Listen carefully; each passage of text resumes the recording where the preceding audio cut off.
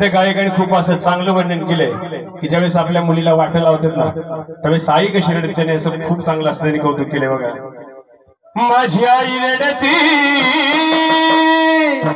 कशी रडती सांगितलं बघा. माझी आई रडती पदराला धरण, माझी आई रडती पदराला धरण. आणि ती आई रडता रडता काय म्हणती, माझी हरण चालली